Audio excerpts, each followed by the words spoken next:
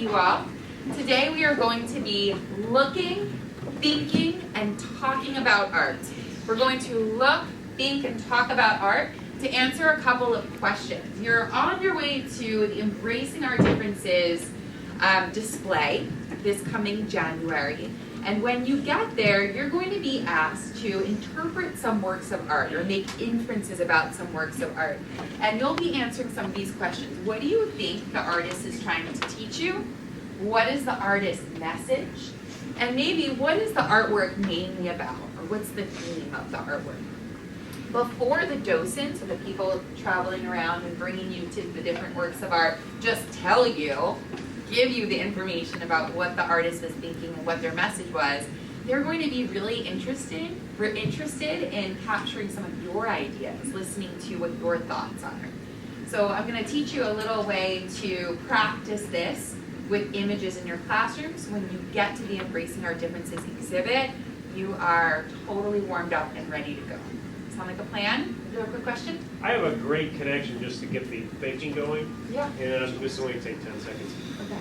What is the artist's most important message? What's that reminding you of in reading? What's the connection there? A thing. A volunteer. Joe Macia. Which one? The theme is the most important message, the main idea? Is that the theme?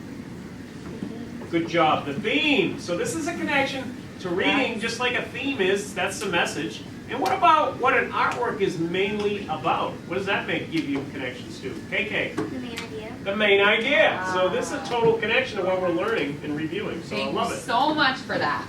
All right, so let's move on. In order to discover what the theme or main idea is, or the author's message, or the artist's message, we have to gather some clues or some evidence. We can't just pull the idea out of the blue, just like you do when you're reading, right? You have to gather text evidence to back up the conclusions that you draw or the interpretations that you make. So it's going to be very important that you understand how to gather those clues through making close observations. We're going to be looking for some of those details together in a moment. Before we do that, we can classify art a lot like we classify different genres of books. Can anyone think of a couple of different types of genres of books? I'll give you an example. Mystery. What's another genre? Yes. Scary. Horror. What else? Nonfiction. Right, nonfiction. And within nonfiction, we have all of these other different genres. We have how-to books. We have biographies. We have autobiographies, right? What else? Fantasy. Very good. One more. Adventures. All right. Awesome. So you get the idea. So here, we're going to look at 3 different genres of art, and then there's actually a continuum. So some works of art might cross those boundaries. You may have representational, or sometimes you hear it as in realistic works of art that have elements that are abstract within it. Okay? So we see representational looks a lot like the real thing. The artist was trying to make the image look just like it would in real life. You can see this artist included some shadows, and you'll get a closer look at that when I zoom in on it. In the center, we have abstract. So an artist gets to play with color, with shape. It doesn't have to look exactly like it does in the natural world or real life. Okay? And then non-representational, it's mostly just lines, shapes, and textures that are not meant to represent things in real life. Okay? So this might look like a piece of sushi, but actually it's just lines and shapes. And the title of that, I think, is Untitled. So we'll move on to the next one. Here's a bigger example, just blown up version of our representational work of art. So you can see how the artist even used shadow to try to make this image look more realistic or representational. And then we have our abstract work of art. You're going to see faces there. You'll see shapes of bodies, but are our bodies shaped like this? No. With all curvy lines kind of leading off to one way, right? Do you see people walking around with blue skin naturally? No, but we can play with color, shape, and size in abstract art. And there's a close-up of Untitled by Kenneth Nolan. So these are just lines and textures, but we can still pull meaning from non-representational art. Color can tell us something about mood. lines, shapes, same thing. Can give us a lot of information about what the artist might be feeling and the message that they're trying to convey. All right, so we're going to look for some clues, for pieces of evidence. The very first thing I want us to think about when you look at a work of art, if it has a person or people in it, you're going to look at their facial expression. Can you try that with me? Facial expression. Everybody together, here we go. Facial expression, excellent. That's the look, the feeling, or the mood on the person's face. Not every single image is going to have a person in it, but many representational and abstract works of art will have people or characters in them. So you're going to look at their facial expression. So if I would have walked in here looking like this, what do you think of my facial expression or my mood? Kind of confused or mad, right? But instead I walked in here with a big smile and open arms, and so that probably told you I was feeling what? Happy, excited, open, happy to share with you. Very nice. Okay, so we look at the facial expression. So notice and compare and contrast the different facial expressions you see here. So I'm going to be asking you to have conversations a lot today. So nice to talk today. Have a strong body. So I'm going to pair you up with someone or two people to have those conversations with. You're going to talk for the entire minute that I'll give you. And if you run out of ideas, I want you to answer or ask each other this very important question. It's what else? Can you say that with me? What else? One more time. What else? When you think you've run out of things to say, you're going to ask each other, what else? What are some other possibilities? So in a moment, you are going to talk to your partner and compare and contrast the different facial expressions that you see up here. What's the same, what's different about their facial expressions? Try to notice the lines on their face, the way their mouth is shaped, if it's a big open tube smile or a closed mouth smile. Is someone crying, angry, sad? How do you know? Okay, so take a few moments, just look and think to yourself. I'm going to partner you up while you're looking silently. You two will be partners. You two will be partners. You two. What's the same and what's different about the facial expressions you see up on the screen? Go ahead and have 1 minute conversation.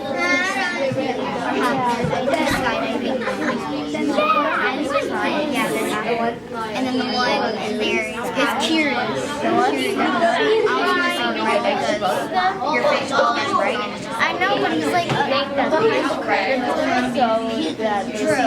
true. As I was walking around, I heard lots of great adjectives describing the feeling, the look, the mood on the people's faces. So we're going to pause and do that with many of the different clues and things we're looking at objectively. All right, so we have the facial expression. The next thing we're going to look at is the focal point. Can you try that with me? Focal point. One more time.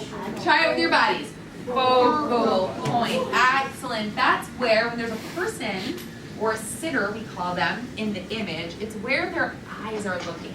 If there is not a person in the image, the focal point is where our eyes are drawn. For this exercise, notice the focal point. Notice the focal point. What about this man right here? Where is his focal point? At the paper, absolutely. What about her focal point? What do you think? It's this mirror that's coming out with the tongue, right? Would you say that this is a realistic or representational work of art or abstract? Abstract. Exactly, you got it. All right, let's keep moving. So far we have facial expression and focal point that are going to help give us clues about author or artist's message, main idea, or the theme. Now we're looking at the gesture. Gesture is what we do with our body. So without using your voice, without bumping into a neighbor or furniture, by the time I count to 5, you will have this person's gesture on your body. So you can copy his gesture. Ready? Go. 1, use your whole body.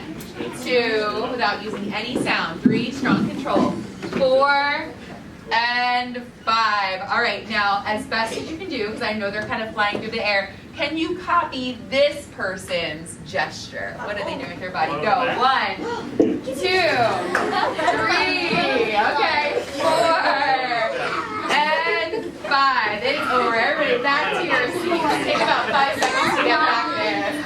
All right, so let's put those 3 together. We've got facial expression, focal point, and gestures like this. gesture. All right. Time to move on to the next one. All right, after gesture, we're going to look at the person's clothing. Can you try that with me? Clothing. One more time. Clothing. Clothing tells us so much about what the person is doing in the image, yes?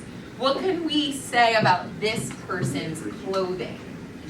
What do you think? I think he's a mailman. Yellow. You think he's a mailman? What do you see that makes you say mailman?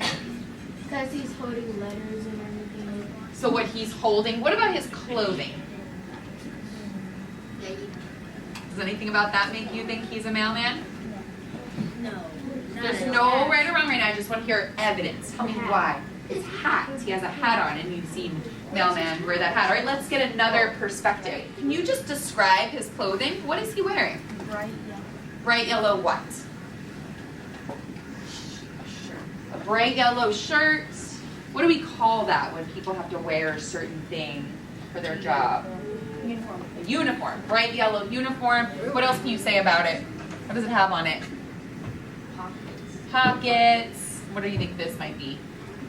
A badge or a name tag. So this is giving us clues or pieces of evidence that make us think he's a police officer or some kind of public service worker. Right? Do you see how now you're gathering details and clues that help you draw conclusions about what his job might be? Yes? So the clothing is going to help give us information about the sitters, the people in the images, which will help give us more information about the main idea, themes, and artist's purpose. All right, let's keep moving. I want to get to the good part. All right, so the next thing we're going to look at is the setting. Can you try that with me? Setting. That's where the image takes place. You're going to look what's going on. Where is this taking place? What are the different elements that you see? I can't just say this is a cave. I need to describe it. What do I see that makes me say that? I see this rocky arch that's dark on one side, and then there's light coming through from the back end. I see water in the foreground, in the background. So that all is going to make me think it's some kind of underwater cave. You see how I describe that in detail? Take 30 seconds, take a look at the different settings in your own mind. Come up with a description. How would you describe each of them? 30 seconds in your own mind. And then when I say go, you're going to turn back to your partners and describe the settings for them. Don't just say it's a cave. What do you see that makes you say it's a cave? Give them all of the evidence. Okay? Go for it. 1 minute. Describe the settings. What do you see that makes you say it's a cave? The lights and the color wallpaper and One. So I'm giving you the different things to observe piece by piece, but naturally you're already noticing the next piece, which are objects. So take one hand, make it like it's a mitt, and take your other hand, make a fist like it's a ball, put the ball in the mitt. There you go. Objects.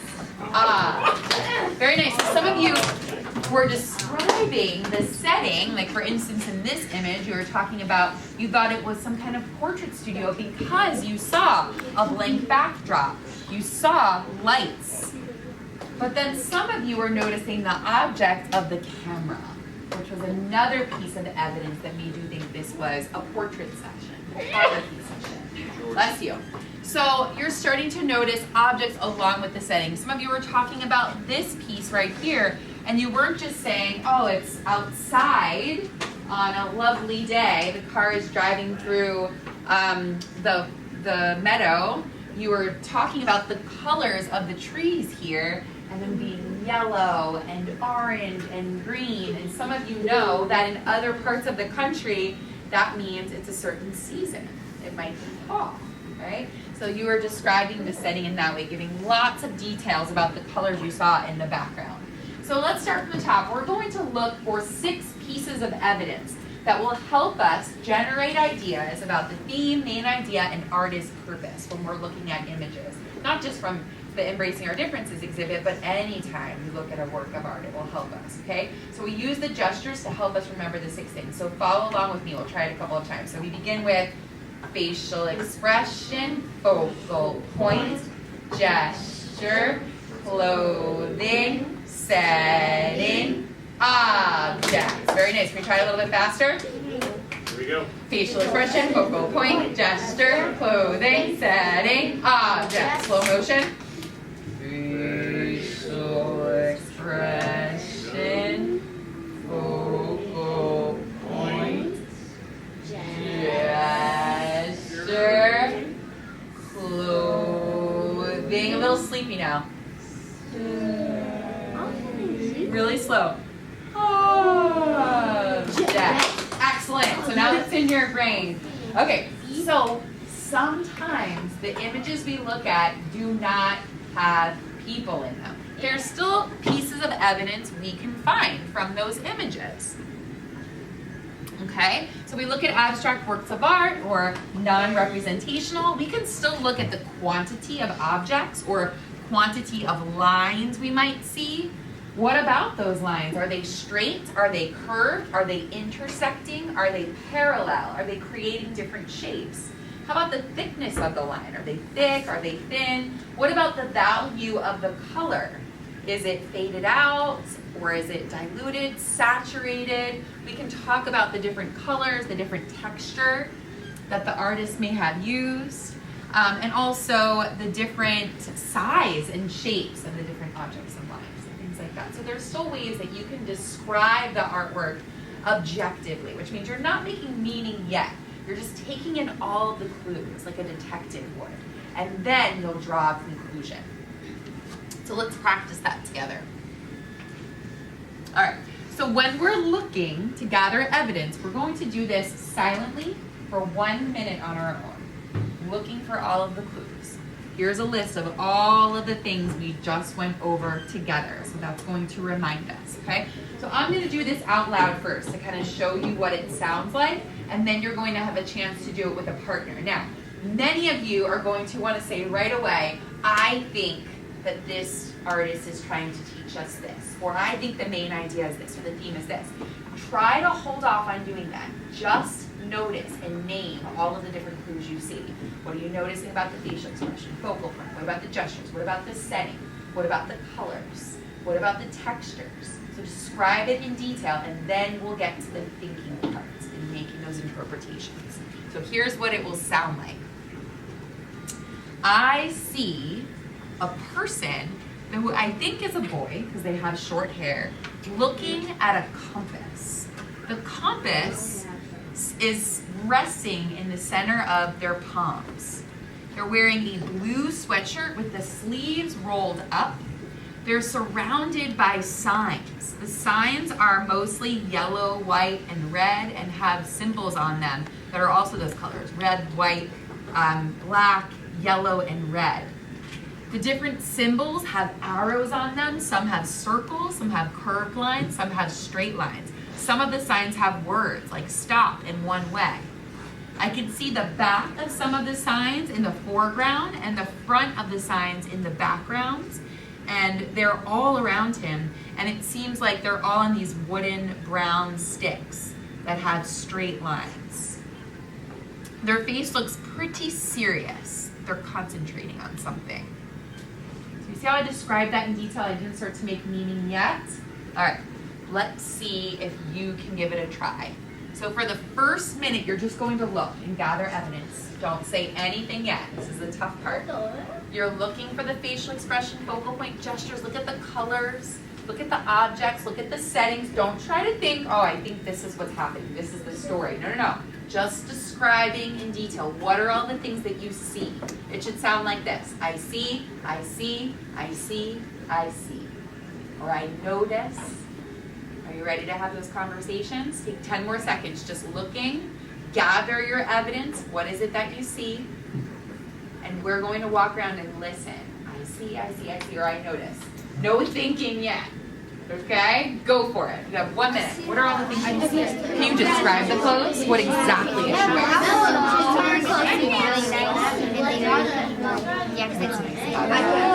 They are adult food.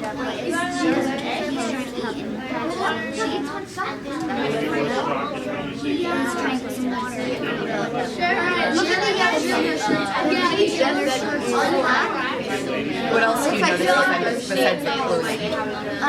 She's like talking up.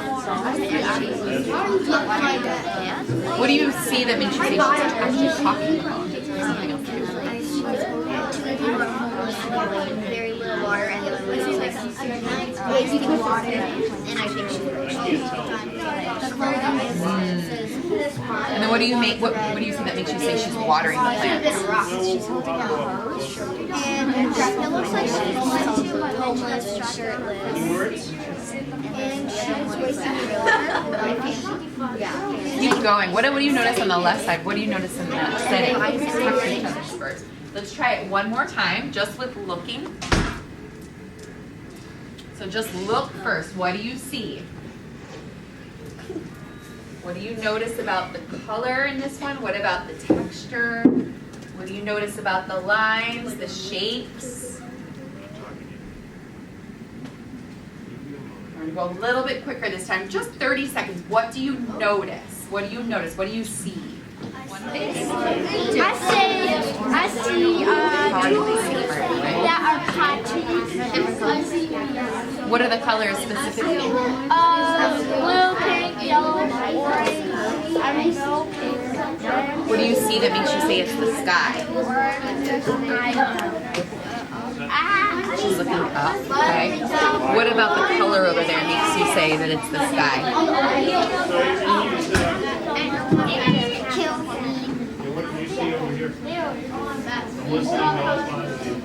Interesting. So you're noticing reds and pinks and oranges for sunset that makes you think it's representing the sky.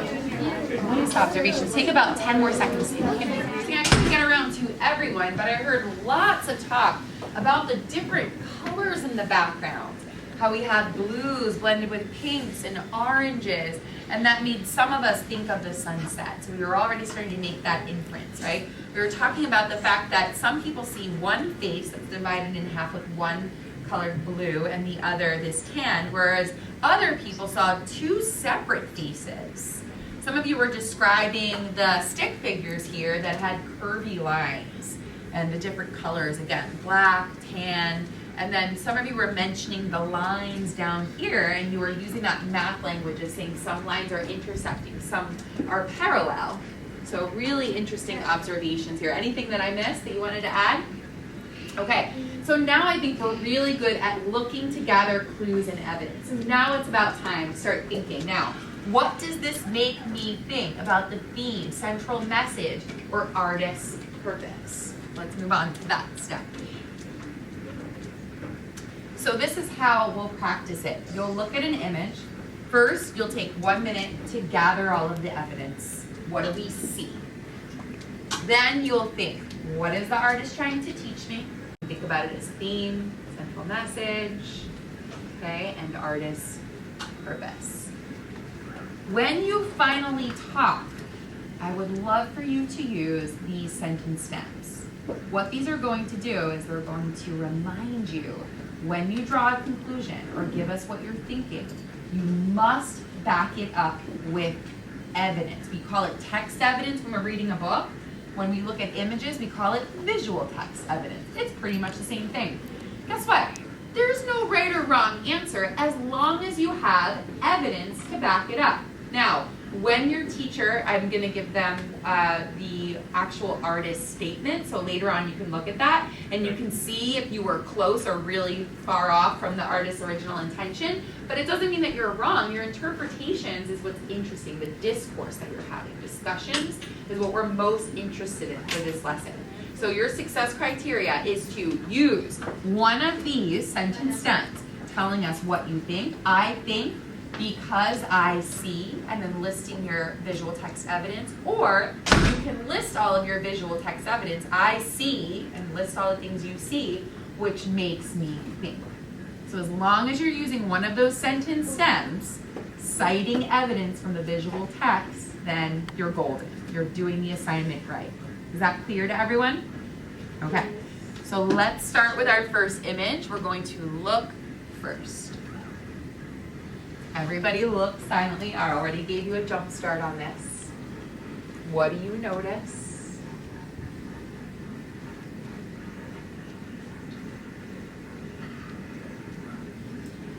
And then I'll model my thinking for you on this one since I already gave you my observations. This is what I'm thinking, and then you can share with me some of yours. I think this person is lost because I see them looking down at a compass with a little bit of concern and confusion on their face, and they are surrounded by signs that are all pointing in different directions. Let me give you another one, okay? When I see multiple signs with curved lines going around in a circle and arrows sprouting off of those circles and those curved lines, it makes me think they're facing a difficult decision about which way to go, and they're not sure what to choose. Someone have an idea before we move on about this image that I didn't give yet? A thought backed up with some evidence or vice versa? Go ahead, tell us. Nice and loud. Add that maybe he already went in the circle because the sign, some of those circles, maybe he already went in a circle and he ended up in the same place. And what do you see that makes you say that? The signs that had the circle with the arrows going out of them. So when I see signs with circles and arrows going off of them, it makes me think he already went in a circle and he wound up right in the same place. Excellent. Any other ideas? Maybe the signs that we can't see are signs telling the truth, but he can't figure out which one is real. Which one is real? So what makes you think he can't figure out which one is real? Because he has a compass and he looks kind of confused. Interesting. Does anyone want to take a stab at what they think the theme is here? What is the artist's message? And what do you see that makes you say that? Yes? Like, he's lost. So what could the theme be? What could the message be that the artist is trying to give you? Try at least to go your way, make your way. Ooh, so when you're lost, Make your own way. make your own way. And what do you see that makes you say that? Because there are all signs going in different directions, that he wants to make sure that he's making the right way even if none of them are right. Interesting. So you're kind of looking at that compass. That was profound, right? Yep. Yeah, when all these signs are telling you to go different ways, try to go your own way, right? Connotation in there. Yeah, that was really fabulous. All right, I know all of you are capable of that kind of strong statement with evidence to back it up, all right? Let's try it with another image. Just looking. Notice facial expression, focal point. Notice the gestures. Notice the clothing. Notice the setting. Notice the objects. Notice the colors. Notice what's going on in the background, in the foreground. Okay, now in your own mind, try to answer at least one of these. You don't have to go for all of them. What is the artist teaching me? What is their message? What does it mean me about? Here are those sentence stems to help you. If you get stuck, just look right back up here. This is what we're looking for, we're listening for. I think, give us your thought, because I see, or you can flip the sentence. When I see, it makes me think. We'll be walking around and catching some of your ideas. Go for it. Like the same talking to other people about what they think. Interesting. So everyone can be different, but still like the same genre of music. People with different uniforms and clothing. Nice. What else could it be? I think looks don't have 10 more seconds. yeah, different because you see a person with red hair, Okay. and then people with blonde hair, and you can be different, and you can, yeah, you seem like different backgrounds. I heard lots of good ideas. Again, when I'm walking around, I'm catching your ideas. I'm going to share some of them back because I know multiple people have similar or making similar interpretations, but we do have a broad range of perspectives here. So one of the ideas I heard were they think the message here is people can be from all different backgrounds and different types of work and still come together for the same type of music. And what they saw that made them say that were people gathering around musical instruments, people playing musical instruments with all different types of styles and uniforms that they're wearing from different types of work. Pretty cool. That was one interpretation. What else? Did someone else want to share something that they talked about with their partner? I think they're getting ready to dance because I see, what do you see? Because I see them all walking up together and 3 of them are playing music in the front. Interesting. Thank you for that. Do you have another interpretation? The people are just keep coming in, so they just keep adding to make other people come in too. When I see all of these people coming together and keep on coming in, that makes me think That they're trying to make others happy and close together. Ah, they're trying to make others come together. All right. Let's try to try this one. We didn't try this in the other one. So this one, take in everything you see. What do you notice? Oh, without talking, just observations. What do you notice about the body language, their gestures? What about the colors? What about any facial expression you could see, the clothing? What do you think about this setting? Can you describe it in your own mind first in great detail? Really notice the color and texture. Notice the value of the color.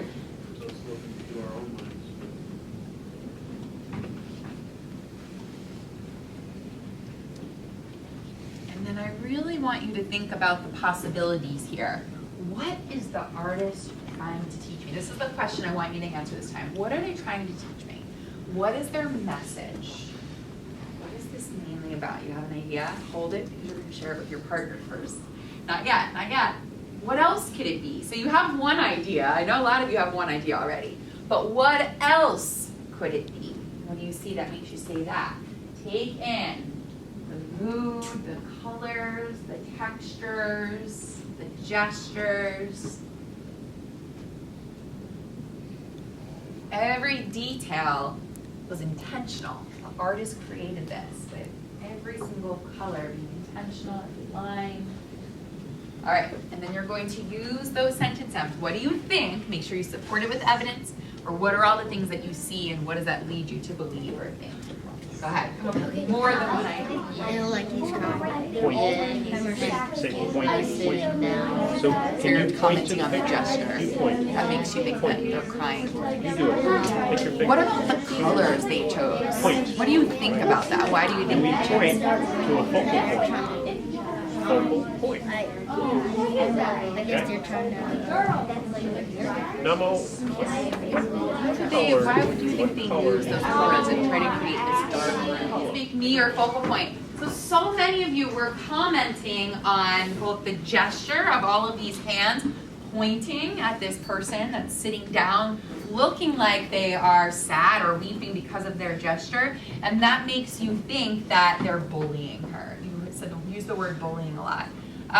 Many of you were commenting on the fact that the rest of the room is very dark, this dark gray, and it kind of goes from darker to lighter, and she, both her hair and the clothing that she's wearing is bright. You were saying bright yellow, and you were thinking it may be saying something about even when you're in dark times, when things are really hard, don't let it dim your light or put your light out. You have to stay strong. I thought that was so interesting. So the color made you think this message was, even when people are putting you down and it feels very dark, don't let yourself don't dim your light. Stay bright.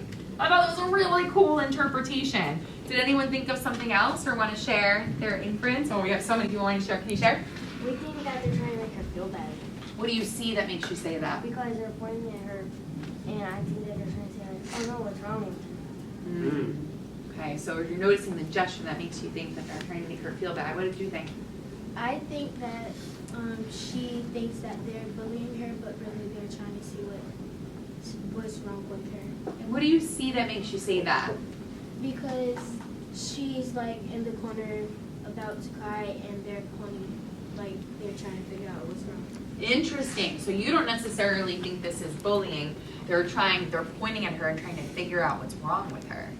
Interesting. Okay, so a different perspective, but also I can see where you're coming from, right? When someone's trying to figure something out, sometimes they point at it and try to examine it. Interesting. I know some of the hands are smaller than the other hands, so maybe like she's Oh, everybody hear that?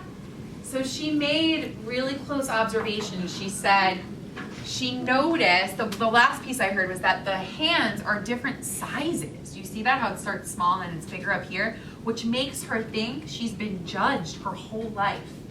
So as people have grown, they've still judged her. Super interesting. I didn't even notice that the hands were different.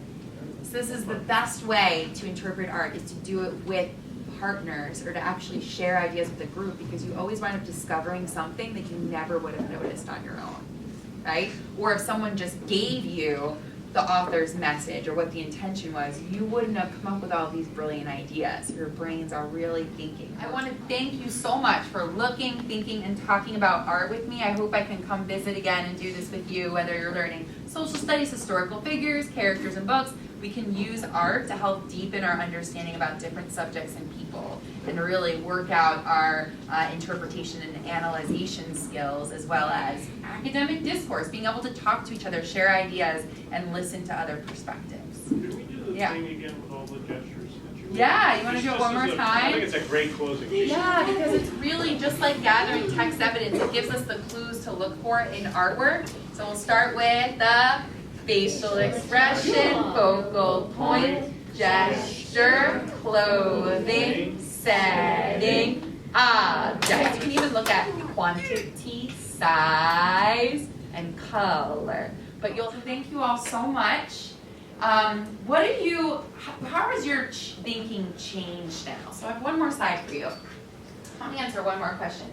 Today we thought, and talked about art in order to help us answer these questions, but I'm really interested in hearing about how has the way you look, think, and talk about art changed throughout our time together?